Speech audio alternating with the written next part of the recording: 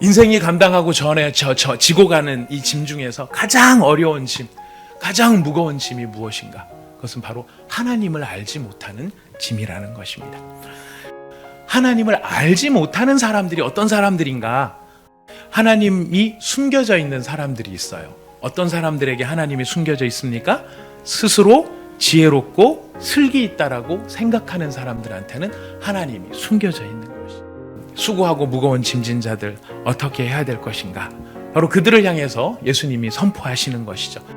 예수님의 첫 번째 선포가 우리가 오늘 처음 앞에 서론 부분에 들었던 말씀입니다. 수고하고 무거운 짐진 자들아 다 내게로 오라 이야기를 하시죠. 딴 데 가지 말라는 거죠. 예수님한테 오라는 것입니다. 왜 예수님한테 가야 되는 걸까요? 여러분 아까 읽으셨어요. 아까 27절에 읽으셨어요. 뭐라고 읽으셨느냐면 아들의 소원대로 계시를 받는 자 외에는 아버지를 아는 사람이 없기 때문이에요. 우리에게 참된 계시를 주실 수 있는 분이 누구이시기 때문입니까? 예수님이시기 때문에 그래요. 두 번째 명령은 배우라라는 것입니다. 배우라. 누구에게 배우라고 합니까? 예수님에게 배우라. 근데 배우는데 그냥 배우는 게 아니고 뭐를 메고? 멍에를 메고. 멍에를 맸다는 게 중요한 게 아니고 멍에를 맨 이유가 배우기 위해서 매는 것이죠. 뭐를 배우는 걸까요? 예수님을 배우는 거죠. 예수님의 무엇을 배우는 것입니까? 예수님의 순종을 배우는 것입니다. 누구를 향한 순종? 하나님 아버지를 향한 순종이에요. 하나님 말씀에 대한 순종이에요. 세 번째로 예수님께서 우리들에게 굉장히 중요한 수고하고 내게 오라 또 배우라 이렇게 말씀을 하시고 구했더니 주시더라는 거예요. 어린아이 같습니다. 어린아이 같습니다.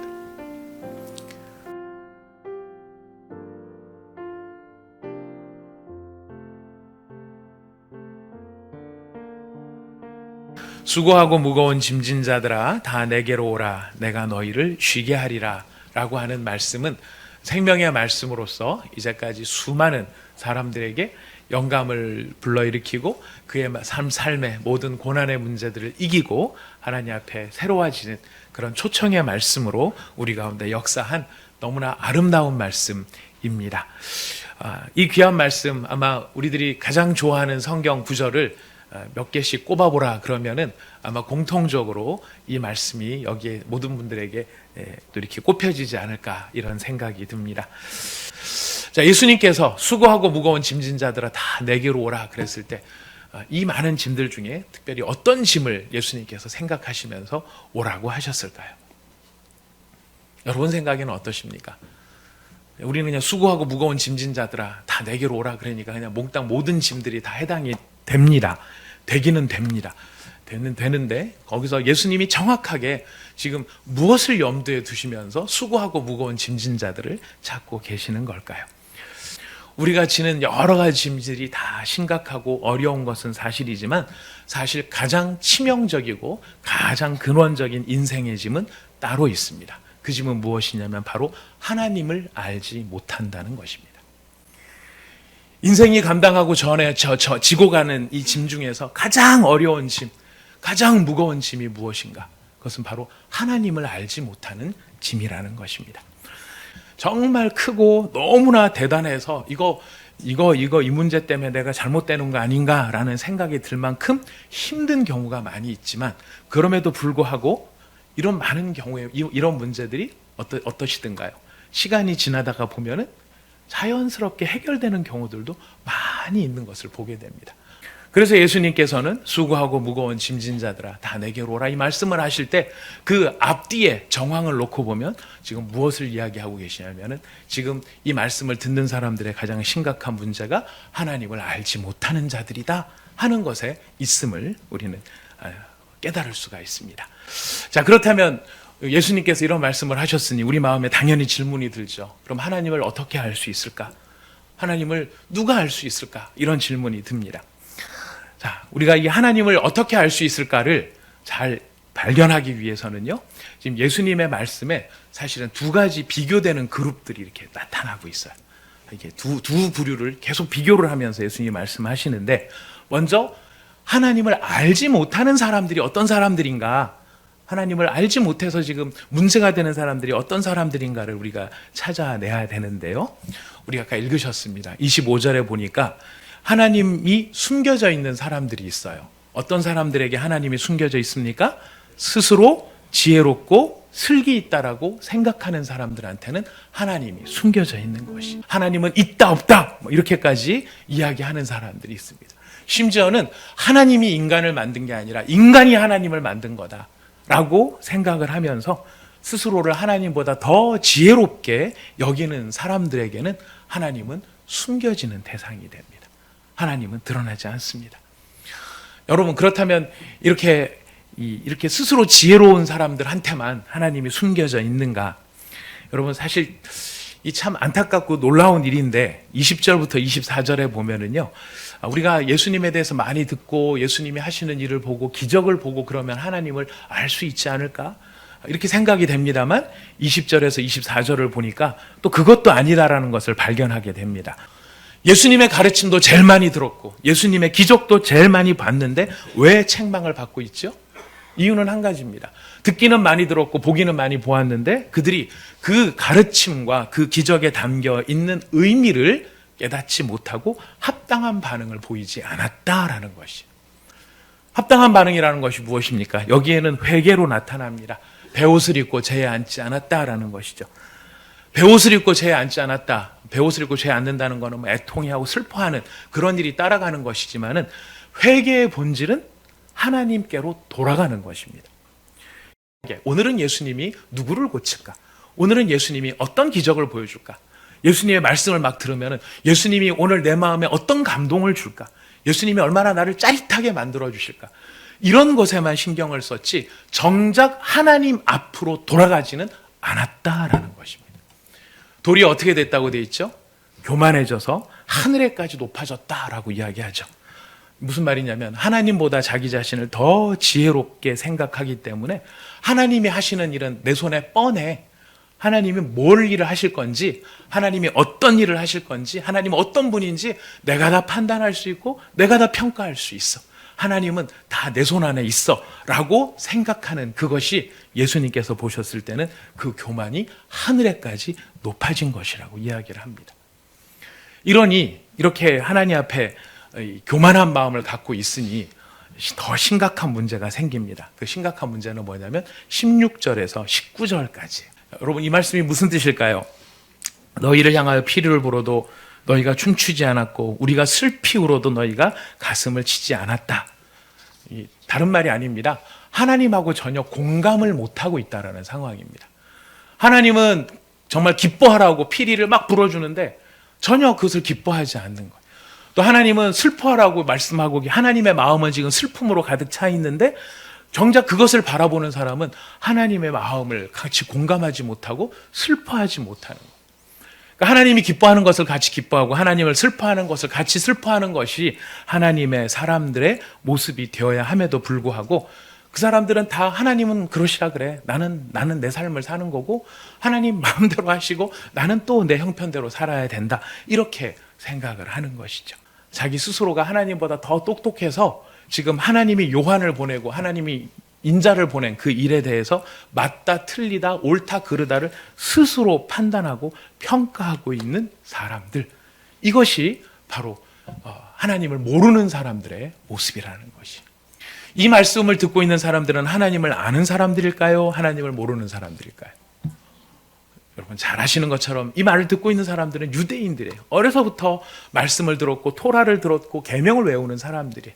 그런데도 불구하고 그렇게 신앙적인 무언가가 있다라고 생각하고 있지만 정작 예수님은 뭐라고 말씀하십니까? 너희가 하나님을 모른다라고 이야기를 해요. 왜냐하면 종교의식은 있지만 뭐가 빠져 있는 것입니까? 하나님과의 마음을 소통하고 그 마음과 함께 이렇게 공감하는 것들이 떨어져 있기 때문에 그렇다는 것입니다. 수고하고 무거운 짐진 자들 어떻게 해야 될 것인가? 바로 그들을 향해서 예수님이 선포하시는 것이죠. 예수님의 첫 번째 선포가 우리가 오늘 처음 앞에 서론 부분에 들었던 말씀입니다. 수고하고 무거운 짐진 자들아 다 내게로 오라 이야기를 하시죠.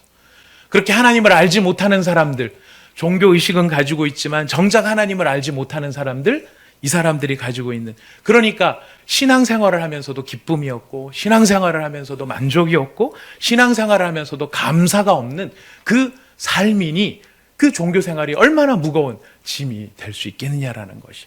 자, 그랬을 때 예수님이 뭐라고 말씀하십니까? 누구한테로 오라고요? 누구한테로 오라고요? 예. 딴 데 가지 말라는 거죠. 예수님한테 오라는 것입니다. 왜 예수님한테 가야 되는 걸까요? 여러분 아까 읽으셨어요. 아까 27절에 읽으셨어요. 뭐라고 읽으셨느냐면 아들의 소원대로 계시를 받는 자 외에는 아버지를 아는 사람이 없기 때문이에요. 우리에게 참된 계시를 주실 수 있는 분이 누구이시기 때문입니까? 예수님이시기 때문에 그래요. 우리가 처음에 신앙생활 할 땐 예수님을 간절히 찾는데요. 교회 생활이 어느 정도 익숙해지고 내가 뭔가 이렇게 기도나 뭐 이런 것들에 대해서 나름대로 이게 체계가 틀이 이렇게 잡히기 시작을 하면은요, 우리가 예수님으로부터 자꾸 독립하려고 하는 마음들이 생겨요. 그래서 우리가 의로워졌다라고 하는 것은 무엇이냐면 이 두 개가 결합이 돼야 되는데 내 위에 누가 계실 때예요? 예, 어린 양 되시는 예수님이 계실 때 의로워지는 거예요. 우리가 하나님 앞에 의롭다라고 하는 것은 우리 자신이 금색을 칠해서 의로워진 게 아니라 내 위에 누가 계시기 때문에? 예수님이 계시기 때문에 의로워진 거예요. 근데 이거는 구원받을 때만 그 의가 적용이 되는 게 아니라 구원받고 난 다음에도 우리는 계속 우리 위에 누구를 모시고 살아야 돼요? 예수님을 모시고 살아야 돼요. 근데 아까 말씀드렸지만 우리가 훈련도 받고 뭐 여러 가지 직분도 받고 뭐도 하고 하다 보면은 이제 점점 예수님을 잊어버리고 누가 자꾸 혼자 막 이렇게 살아나느냐면 내가 혼자 막 살아나는 거예요. 그래서 의로울 의자에서 위에 어린 양이 딱 떨어지고 나면 뭐만 남아요? 나만 남는 거예요. 의가 사라지고 나만 남는 모습이 되어야죠. 자, 이러니 우리의 신앙의 생활이 어떻게 되느냐면 수고하고 무거운 짐을 다시 지고 가는 모습이 된다라는 것입니다. 그래서 예수님이 그런 사람들에게 다시 뭐라고 말씀하세요? 누구에게로 오라? 내게로 오라 이야기를 하십니다. 내게로 오라. 우리 예수님 앞으로 나가야 됩니다. 다시 예수님 앞으로 나가야 됩니다. 두 번째, 예수님께서는 뭐라고 말씀하시냐면 내게로 오라 말씀하신 것으로 끝나는 게 아니고 두 번째 말씀을 하세요. 우리 두 번째 말씀 29절 말씀입니다. 두 번째 명령은 배우라라는 하는 것입니다. 배우라. 누구에게 배우라고 합니까? 예수님에게 배우라. 근데 배우는데 그냥 배우는 게 아니고 뭐를 메고? 멍에를 메고. 근데 그 멍에를 메고 중요한 건 멍에를 맸다는 게 아니라 멍에를 메고 뭐를 해야 됩니까? 배워야 되는 거예요. 멍에를 맸다는 게 중요한 게 아니고 멍에를 맨 이유가 배우기 위해서 매는 것이죠. 뭐를 배우는 걸까요? 예수님을 배우는 거죠. 예수님의 무엇을 배우는 것입니까?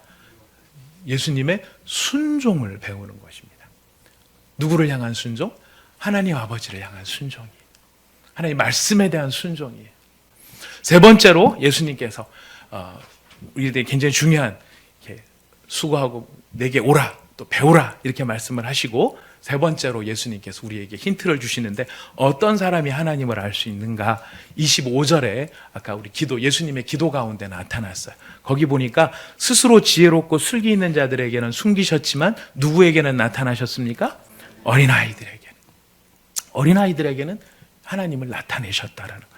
여러분 여기서 말하는 어린아이의 특징, 우리가 항상 이 말씀을 생각할 때마다 여러 가지 해석들이 있는데요.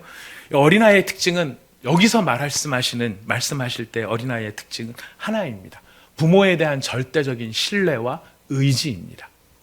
지금 어린아이와 같은 자들이라고 하는 건 어떤 자들이겠습니까? 하나님 말씀하셨을 때 그 말씀을 무조건적으로 절대적으로 그냥 있는 그대로 신뢰하는 거예요. 상식적으로는 말이 안 되는 일인데 기적이 일어났습니다. 그게 뭐였냐면 러시아 시민권이 생긴 거였어요. 자세한 이야기는 전 모릅니다. 그것만 들었습니다. 과정은 모릅니다. 결론만 들었습니다. 구했더니 주시더라는 거예요. 어린아이 같은 믿음.